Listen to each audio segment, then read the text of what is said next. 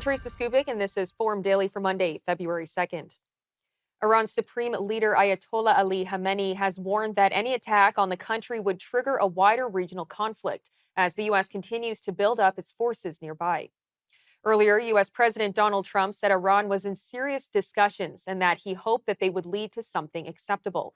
Trump has repeatedly threatened to intervene in Iran, citing concerns over its nuclear ambitions and its deadly crackdown on anti-government protests. Why wouldn't he say that? Of course you're going to say that, but we have the biggest, most powerful ships in the world over there, very close, a couple of days, and hopefully we'll make a deal. If we don't make a deal, then we'll find out whether or not he was right. And Donald Trump says Washington is currently in talks with Cuba's leadership to strike a deal, just days after he threatened to tighten the squeeze on Cuba's struggling economy with what he called a virtual oil blockade. We're starting to talk to Cuba. We're starting to look. They need help on a humanitarian basis. We're starting to talk to Cuba. Don't forget, a lot of people that live in our country were treated very badly by Cuba, and we want them to be. They all voted for me, and we want them to be treated well. We'd like to be able to have them go back to home to their country, which they haven't seen their family, their country for many, many decades. Response to Claudia Sheinbaum's warning that the embargo or the restriction on Cuban oil to Cuba could cause a humanitarian crisis there. Well, it doesn't have to be humanitarian crisis. I think they probably would come to us and want to make a deal. So Cuba would be free again. They'll come to us, they'll make a deal, but Cuba really, they've got a problem. They have a problem. I know so many people from Cuba, but we have a lot of people in the United States right now that would love to go back to Cuba, and we'd like to work that out. Trump's second administration has been ratcheting up pressure on the communist-run island nation off South Florida since it ousted the Venezuelan leader Nicolas Maduro, whose country was a close ally of Havana and a crucial source of oil exports to Cuba. UK Prime Minister Keir Starmer has invited Japan's Prime Minister Sanae Takaichi to visit the UK following talks in Tokyo, saying the relationship between the countries was the strongest it has been in decades.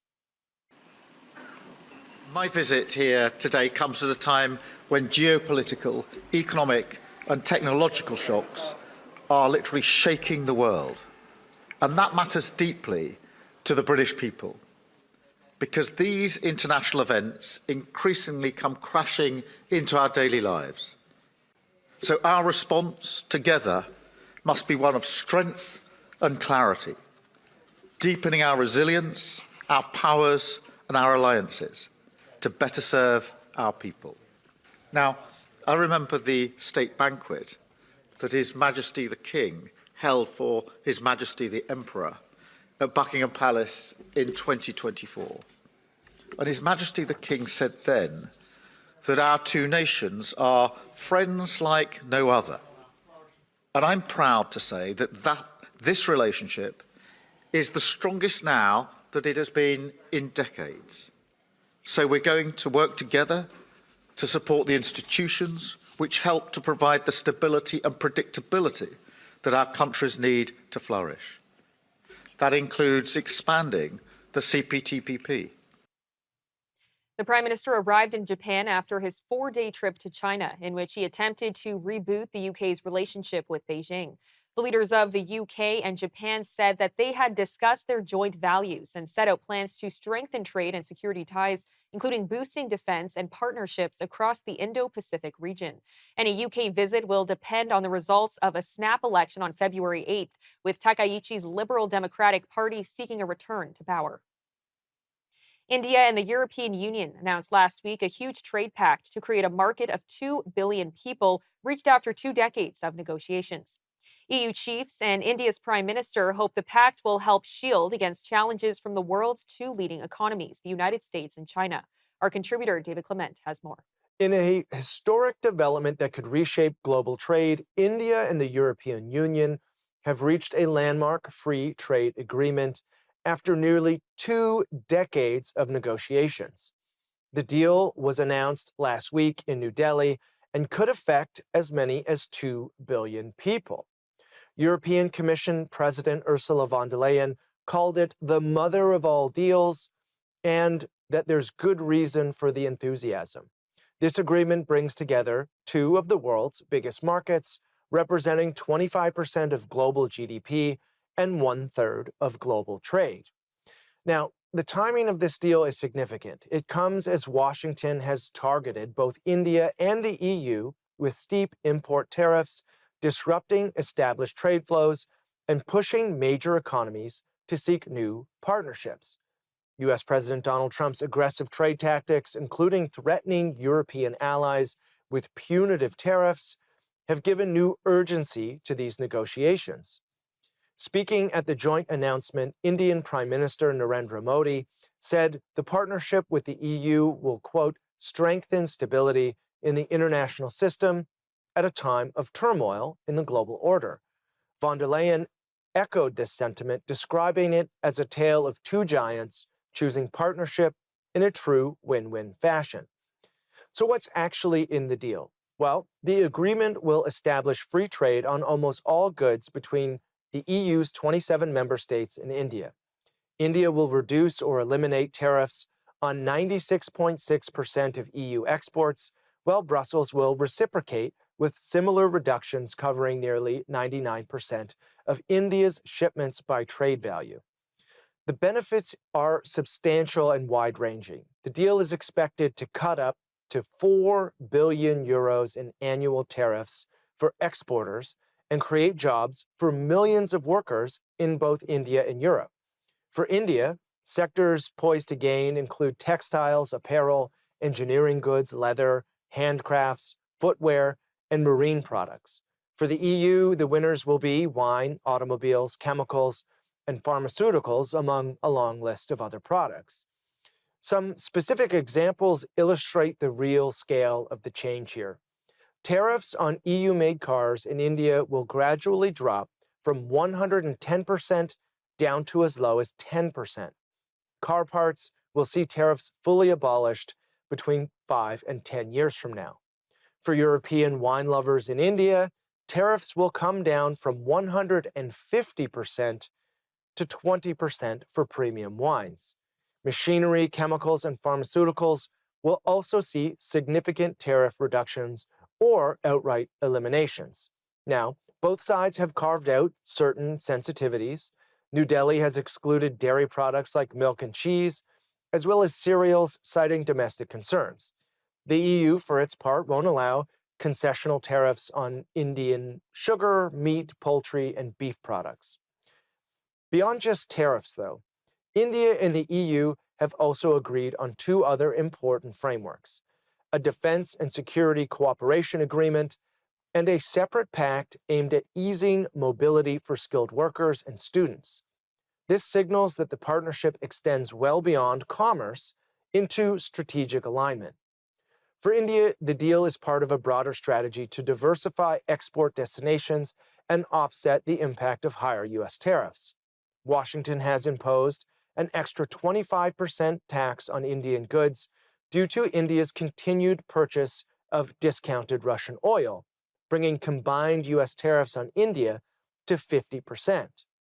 For the EU, the agreement offers expanded access to one of the world's fastest growing major economies and helps European exporters and investors reduce their reliance on more volatile markets. Trade between India and the EU stood at $136.5 billion in the most recent fiscal year. Officials from both sides hope to increase that to about $200 billion by 2030. It's worth noting, though, that the deal isn't in effect yet. A formal signing could come later this year after officials review the legal details and the EU Parliament ratifies it. India's trade minister said he expects the deal to come into force by the end of this year. Now, the EU is still reeling from what many see as betrayal by its once stalwart ally across the Atlantic. There's a widespread sense across the 27-nation bloc that Trump's onslaught of higher tariffs, embrace of far-right parties, and belligerence over Greenland represents a fundamental shift in transatlantic relations. In response, Brussels has accelerated its outreach to markets around the world. Over the past year, von der Leyen has signed deals with Japan, Indonesia, Mexico, and South America under the catchphrase strategic autonomy, which in practice means reducing dependence on an increasingly unpredictable United States. This India-EU deal, then, is more than just an economic agreement. It's a geopolitical statement about where power and partnerships are shifting in a fragmented global order.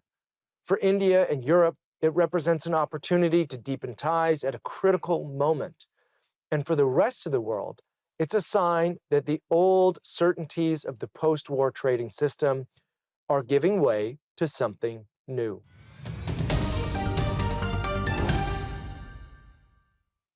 The federal government's plan to increase the GST credit and offer a one-time payment to Canadians will cost Ottawa an estimated $12.4 billion over 5 years. The Office of the Parliamentary Budget Officer released the estimate this morning.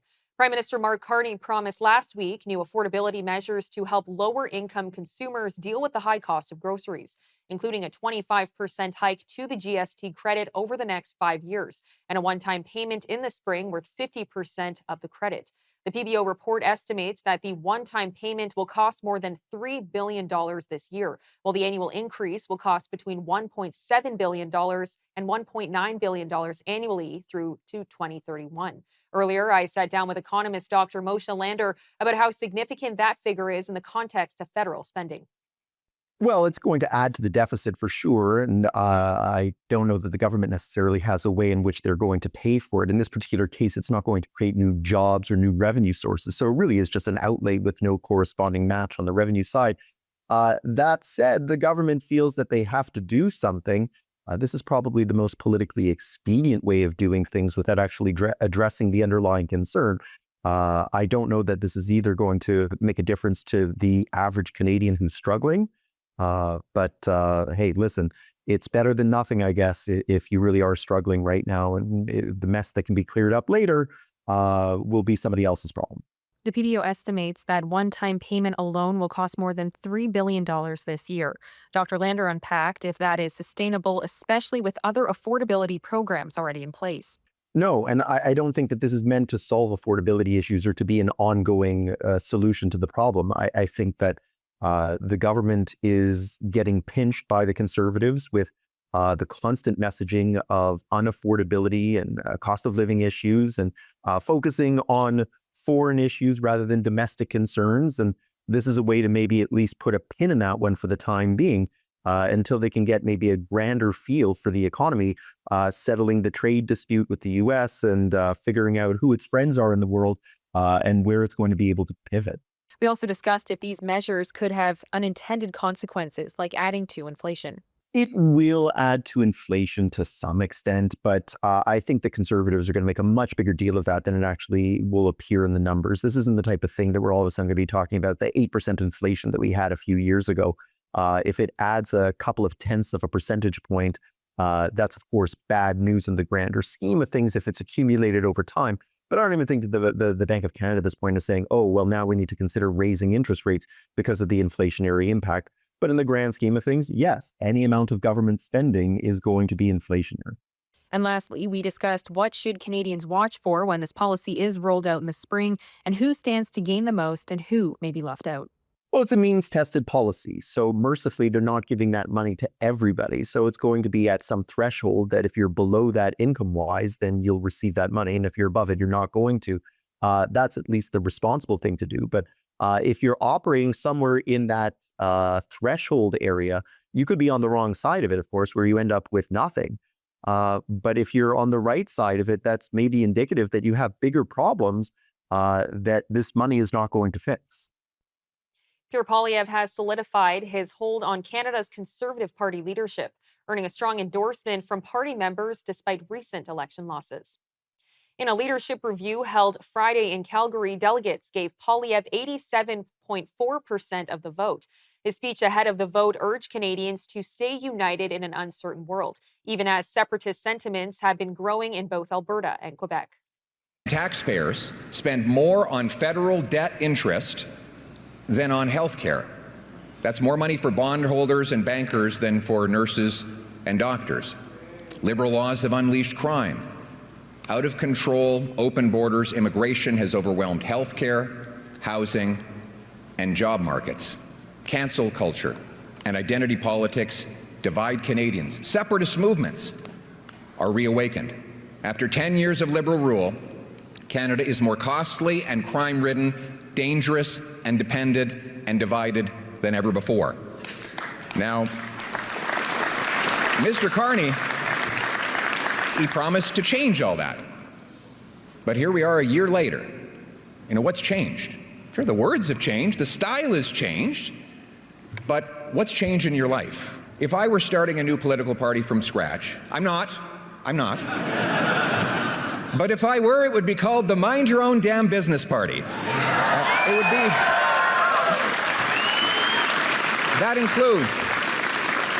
That includes respecting the constitutional jurisdiction of our provinces and getting the federal government to butt out of the affairs of Albertans and Quebecers and other Canadians. And immigration must serve our national interest as well. We will welcome those who contribute. And we'll make sure that their skills are recognized so that they can get licensed to work as doctors and nurses in our country and reduce wait times in our hospitals. At the same time, we must cap immigration at numbers we can integrate into our jobs, housing, healthcare, and Canadian way of life. We will deport criminals, end fraud, end abuse and handouts to phony refugees. We will no longer allow foreign conflicts to spill onto our streets. We want a nation where all of us are equal, a nation that is colorblind. We want a nation with no more hyphens, no more group labels. We are all Canadians, Canadians in our heart, Canadians in every single way.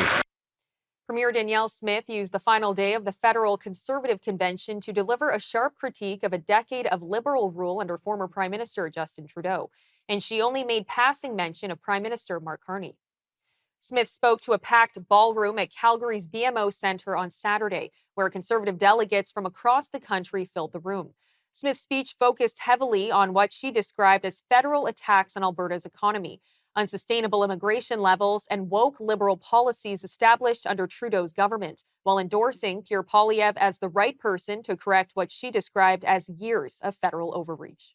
And that is where the real damage to Canada was done by Justin Trudeau and his allies. They intruded on areas where the provinces have prime jurisdiction. They violated our Constitution and the very ties that bind Canada together in the name of top-down bureaucratic onslaught. Pierre Poilievre and our Conservatives believe in our Constitution, in leaving the provinces to be provinces, focusing on what the federal government needs to do. Now, make no mistake, immigration is so important to Canada's success. But it's the rapid and unsustainable rate at which the federal government increased immigration that has damaged public programs and our economy, and it needs to return to the world-renowned system that it was under the leadership of Prime Minister Stephen Harper.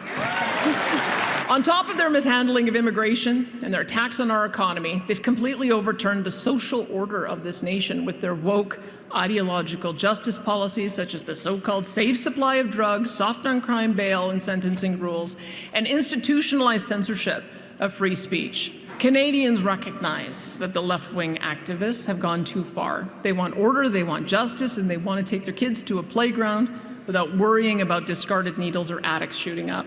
Public safety is a cornerstone of society because the Conservative Party of Canada has strong leadership.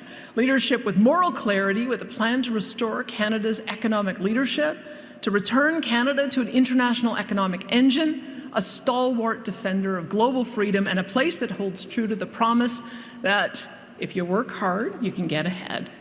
That is the leadership that Pierre Poilievre brings. South Korean defense companies are presenting a conditional proposal in their bid for Canada's submarine project. Representatives from multiple large Korean manufacturers are scheduled to meet with Stephen Furr, Canada's Minister of State, who is currently visiting South Korea.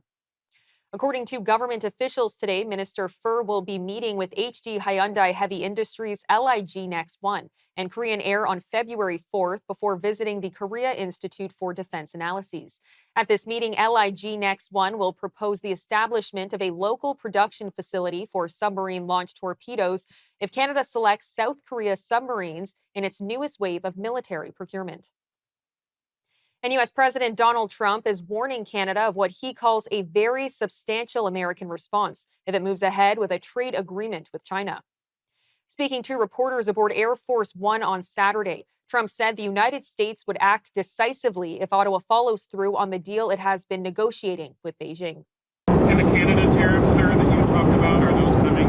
Well, that was on the airplanes. You're talking about No, about the China deal that they did. If they do a deal with China, yeah, we'll do something very substantial. Because we can look and have a great relationship with China, President Xi, but we don't want China to take over Canada. And if they make the deal that he's looking to make, China will take over Canada. And the first thing they're going to do, end ice hockey. Canadian businessman Frank Stronach is set to stand trial in Toronto this week in one of two sexual assault cases against him. The founder of the auto parts giant Magna International faces a dozen charges involving 7 complainants. The billionaire has denied all of the allegations against him, which relate to incidents spanning in the 1970s, 80s, and 90s. Stronach is expected to face a separate trial in Newmarket, Ontario later this year.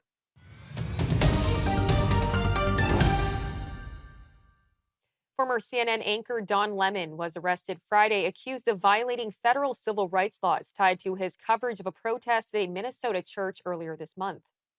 Prosecutors say Lemon, alongside 3 others, is facing charges that include conspiring to interfere with religious freedom at a place of worship, as well as injuring, intimidating, or interfering with those exercising that right.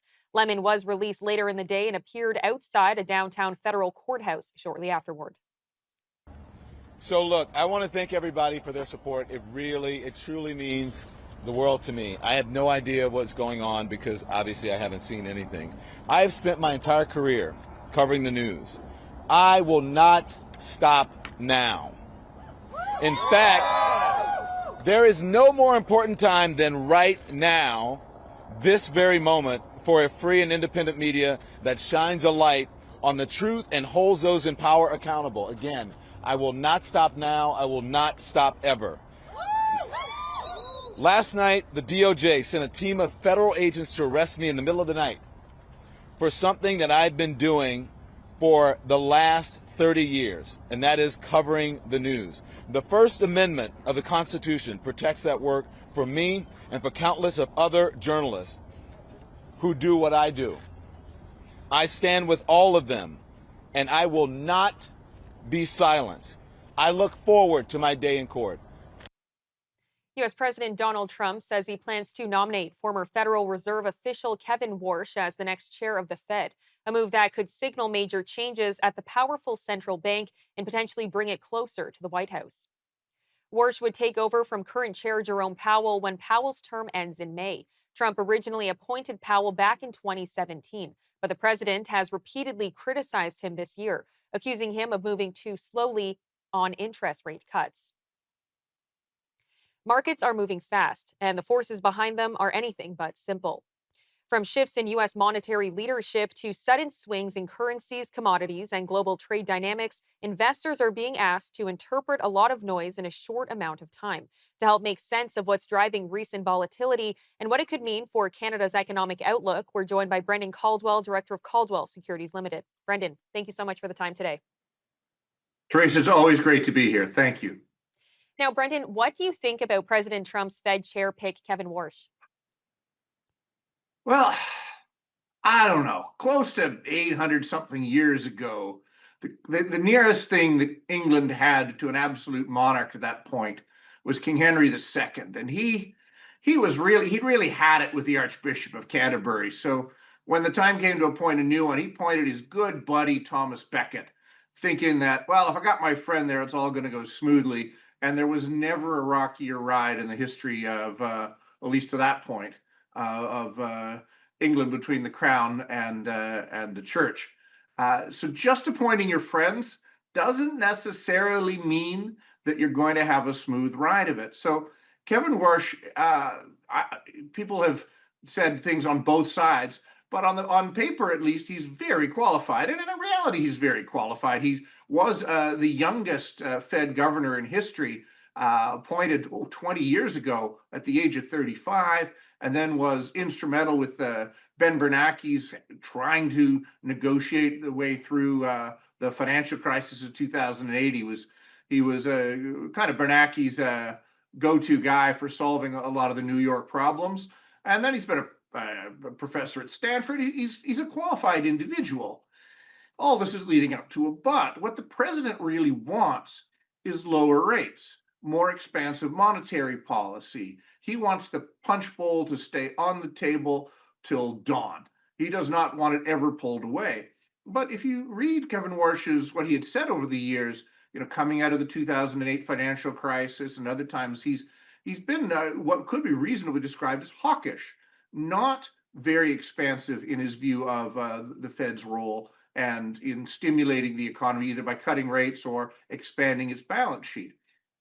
So was probably for this reason that the U.S. dollar had something of a rally on Friday in wake of this announcement, because if anything, that the market's taking from this that maybe there'll be a cooler head in the Federal Reserve office, and maybe even a stronger opponent to Mr. Trump than Chairman Powell has been. So we shall see.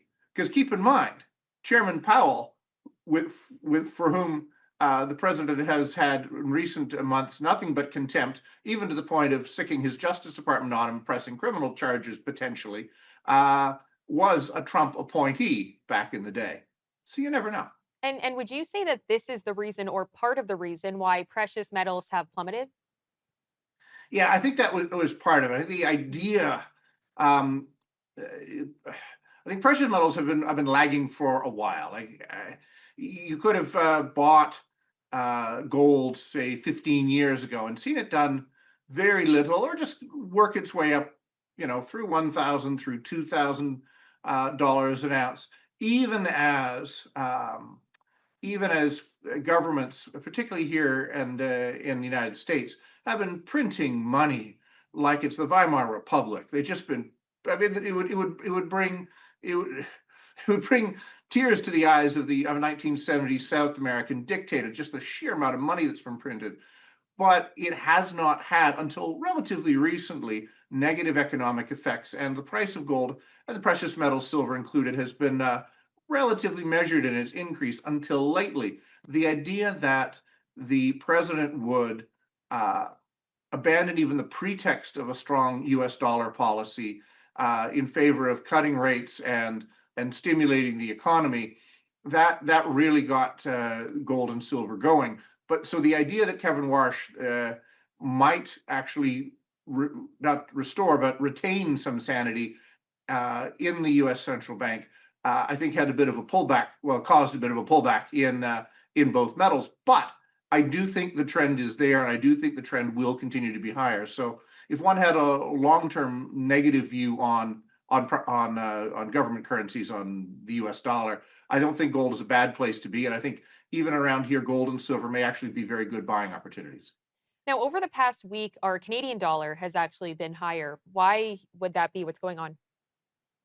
Well, it is a little perplexing, isn't it, considering all that the U.S. has thrown at us, that our dollar continues to be higher. Well, our central bank has held rates steady rather than cutting them.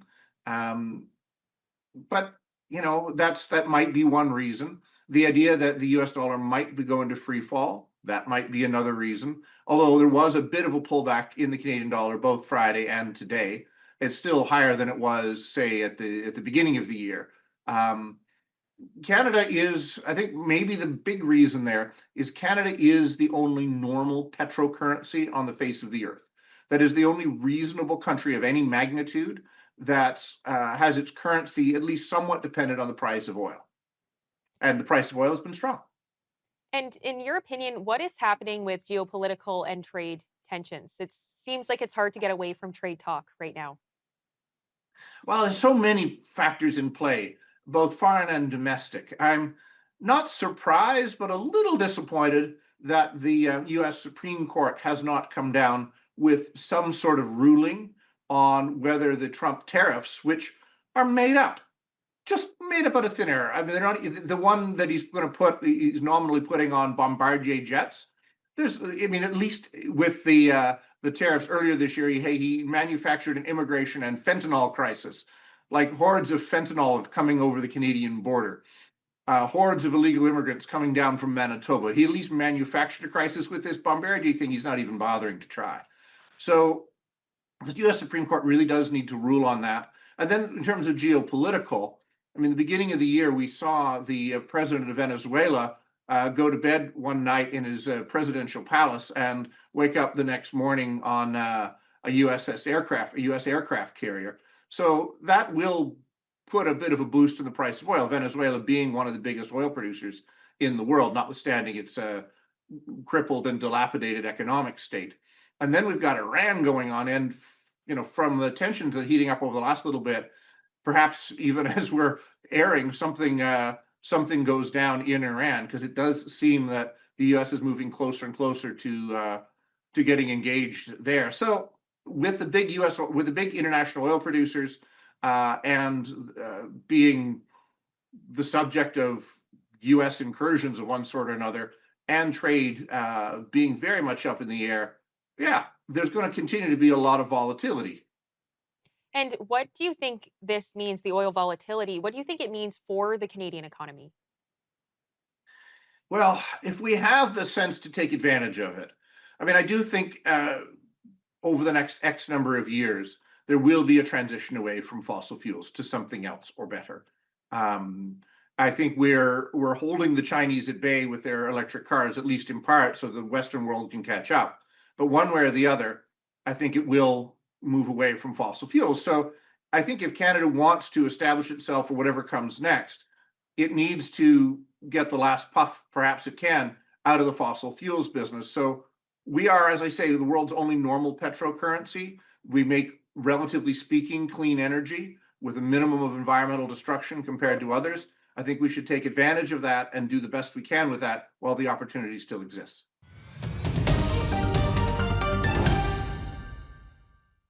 BC MLA and leader of One BC, Dallas Brody, is no stranger to controversy. She was punted from the BC Conservative caucus for her views on the Kamloops residential school. She was also shouted down recently at the University of British Columbia with cries of hate, which she says is simply free speech. Our Western Canada Bureau Chief Hal Roberts recently caught up with Brody at the Conservative Party of Canada convention in Calgary to discuss some of those controversies.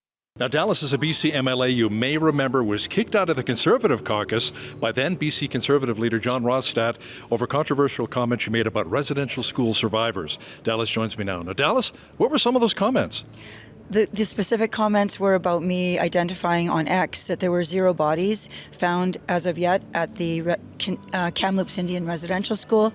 And later I also made a comment on a Zoom podcast where I referred to, I was making mocking comments about cultural Marxism and postmodern theory where all truths are equal. And they unfortunately reinterpreted that as me making fun of sexually abused kids, which was not true, but that's the dirty game of politics. Now, evidence of child deaths in Indian residential schools in our country is actually well documented through federal government records, church archives, archaeological searches, and even testimonies from survivors. I mean, they found 72 bodies, apparently, at the Battleford Industrial School Cemetery back in '74, 34 bodies in 1996 in Dunbow. How do you respond? All of those bodies would have been identified and marked properly. My understanding from the people who have deeply researched this is that there's been no children. I mean, the Kamloops Indian Residential School identified that there were 215 children buried there, and they are not there. They have not been found, and it's been 4.5 years now since they've made this claim, which resulted in a lot of furor, not only in our country but internationally against Canada. And so in the context of that, $12.1 million was advanced to the band for the exhumation of these bodies that they claim to have been there. And so that money has been spent, but no digging has been done yet. So the push now is to make sure that this happens. And since some of the claims from the Kamloops Indian Residential School there Many churches have been burned across the country as well. What are your thoughts on a lot of the attacks on churches in Canada? I think it's terrible. And the terrible part, too, is that politicians sort of acquiesced to this and said, well, it's understandable that this has happened. It's like, no, we can't say that. You can't go burning churches down because you're feeling angry. And some of these churches were beloved by the reserves where they were in existence. Some of them were just tiny little chapels existing on reserve land, and many people who lived there used those churches. And if it were any other faith that this was happening to, it would be, an international news story that over 100 churches. I mean, we are basically a Judeo-Christian country. This is our foundation, and nobody, I don't even think anybody's been charged. I mean, this is outrageous. You can't go around burning down buildings, even if you're feeling angry. That's not the way it works. Now, earlier this month, you were at the University of British Columbia attempting to speak outside of the Indian Residential School History and Dialogue Center, but you were shouted down by the crowd. Oh, yes. One protester said what you brought was hate and not free speech. How do you reply to that? I replied to many of them saying, actually, I have no hate. What I'm talking about here is seeking truth, and we need to have truth on this file very quickly, because what it is actually causing is a backlash in Canada against what they perceive to be something that has been told to them, been forced on them, and made Canada feel ashamed of itself, that Canadians are not happy with, and they want to know the truth of what happened here. And it's not helping young people to be told that they're on stolen land, that they're bad people, that all these horrible, that there was a mass murder, and it's not true. We haven't got evidence of it, and that's what needs to happen. We need the evidence. A big accusation has been made, and when you make an accusation, you need to present the evidence. And there, also, it's called the Dialogue Center at UBC, and all I could hear was a monologue. It was not dia, like two. It needs to be two-way street, and right now we're pushing for a formal debate at UBC. So before we let you go, what can you tell us about your party, 1BC? 1BC is pushing to bring prosperity back to British Columbia for everyone, Indigenous, non-Indigenous, everyone. We have many cultures living here, and everybody's suffering, and a lot of it is due to this reconciliation industry and crazy environmental strangulation of everything. Our resource extraction is dying, and we need to get back to running BC in a profitable and abundant way, and that's what we want to do, and bring truth back to politics. 1BC MLA Dallas Brody, thanks for joining us today. Thank you very much. Sebastian Halmagine served his country with pride for the past 3 years, and while military life isn't easy, his father says Sebastian truly loved being a soldier. Tragically, the Hamilton native, who had just turned 24 on Christmas Day, died Thursday in Latvia, where he was deployed as part of Operation Reassurance. He was only a few weeks into his first overseas tour, and friends and family say he had a bright future ahead of him. His death is still under investigation by Latvian military police with support from Canadian Forces Military Police. But for those who knew and loved him, say that the details won't ease the loss that they are feeling. Anti-ICE protests have now reached the site of next week's Winter Olympics. Hundreds of demonstrators took to the streets in Milan on Saturday following news that U.S. Immigration and Customs Enforcement agents would be deployed at this year's Games.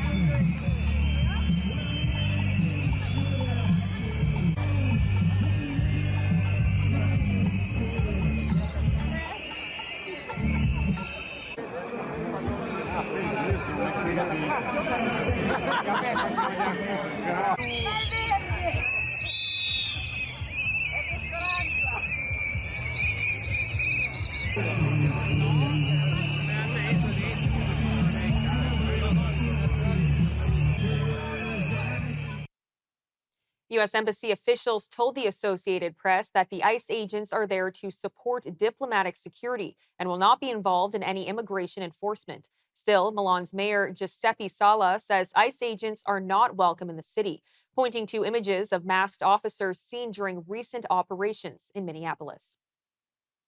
A gracious Novak Djokovic has hinted that this year's Australian Open final could be his last after falling to Carlos Alcaraz in 4 sets on Sunday.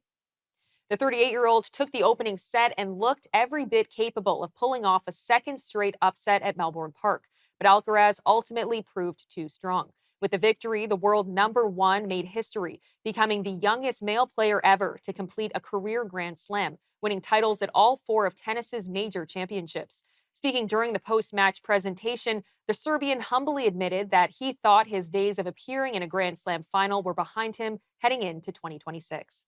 I try to give you back with good tennis over the years. This has been my, I think, 21st year, maybe 22nd year coming to Australia. Honestly, you know, I always believe in myself, and I think that is something that is you know, truly needed and necessary when you're playing at this level against incredible players like Carlos and Yannick, obviously last 3 days. But I must be very honest and say that I didn't, you know, think that I would be standing in a closing ceremony of a Grand Slam once again. So I think I owe you the gratitude as well for pushing me forward throughout the last couple of weeks. And the Grammy Awards handed out their 68th round of trophies last night in a ceremony packed with star power, a standout showing from Bad Bunny, and perhaps most notably, a wave of political statements from many of the night's winners. The result was an emotionally charged evening that stood in sharp contrast to last month's more muted Golden Globes. But the night's first and biggest standout was Kendrick Lamar. Building on his dominant showing last year, Lamar kicked things off by winning Best Rap Album for GNX, making him the most awarded rapper in Grammy history. The ceremony was hosted by Trevor Noah, marking his 6th and final time leading the Grammys. And this time, Noah didn't hold back, taking direct jabs at U.S. President Donald Trump as he set the tone for a night that blended music, politics, and big moments. Song of the Year. Congratulations, Billie Eilish. Wow. That is a Grammy that every artist wants, almost as much as Trump wants Greenland. Which makes sense. I mean, because Epstein's island is gone, he needs a new one to hang out with Bill Clinton. So, oh, I told you it's my last year. What are you going to do about it? Canada's most famous weather-predicting groundhogs are calling for an early spring. Wyerton Willie in Bruce County, Ontario, and Fred Le Marmot in Quebec both reportedly did not see their shadows this morning. Welcome news for anyone ready to say goodbye to winter. According to Groundhog Day tradition, no shadow means an early spring, while seeing one signals 6 more weeks of winter. South of the border, though, Punxsutawney Phil had a different take. He said he had seen his shadow and predicted 6 more weeks of winter weather in the U.S. We look to the future and not just the past. So I suppose this party could use a forecast. It is my job this February 2 to look to the skies and report back to you that there is a shadow here on my ground. 6 more weeks of winter abound.